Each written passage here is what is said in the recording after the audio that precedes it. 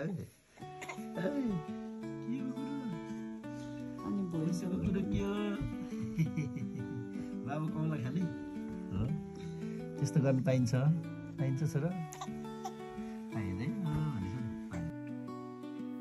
आज चाहिँ छोरीको पियर्सिङ गरिदिउँ भनेर हामी बुढाबुढी लाग्यौँ बानेश्वरतिर। त्यहाँ चाहिँ हाम्रो चिनेको मेरो हस्बेन्डले चिन्नु भएको मान्छे हुनुहुन्छ।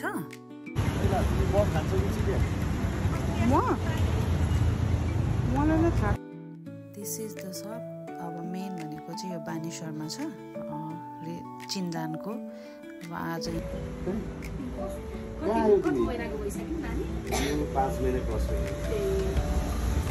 कता आइपुग्यो तिमी भन कहाँ आइपुग्यो छोरो कहाँ आइपुग्यो हजुर। अब पुन्टी चाहिँ मस्त दङ्ग परेर बसेको छ। थाहा छैन उसलाई अब नेक्स्ट के हुनेवाला छ भनेर। कति रुनी हो थाहा छैन। मलाई चाहिँ एकदम डर लागिरहेको थियो।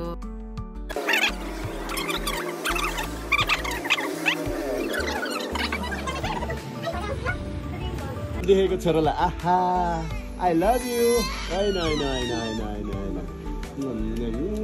यहाँ छु सानो यहाँ छु नि छोरा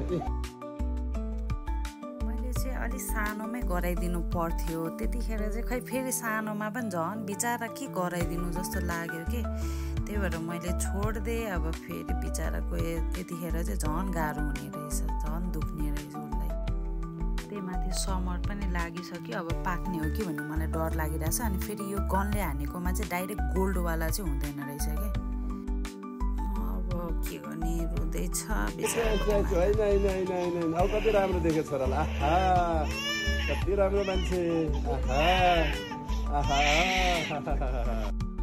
बाबाले चाहिँ उसलाई गर्दै हुनुहुन्छ, काम डाउन गराउँदै हुनुहुन्छ। अनि त्यस पछाडि चाहिँ अलिकति भए पनि शान्त भयो, बाहिर लगेर यताउति गराएर एकछिन ज्ञानी भएर बस्दैछ। अनि हामी घर फर्केर तातो तातो शानदारको मोमो खायौँ।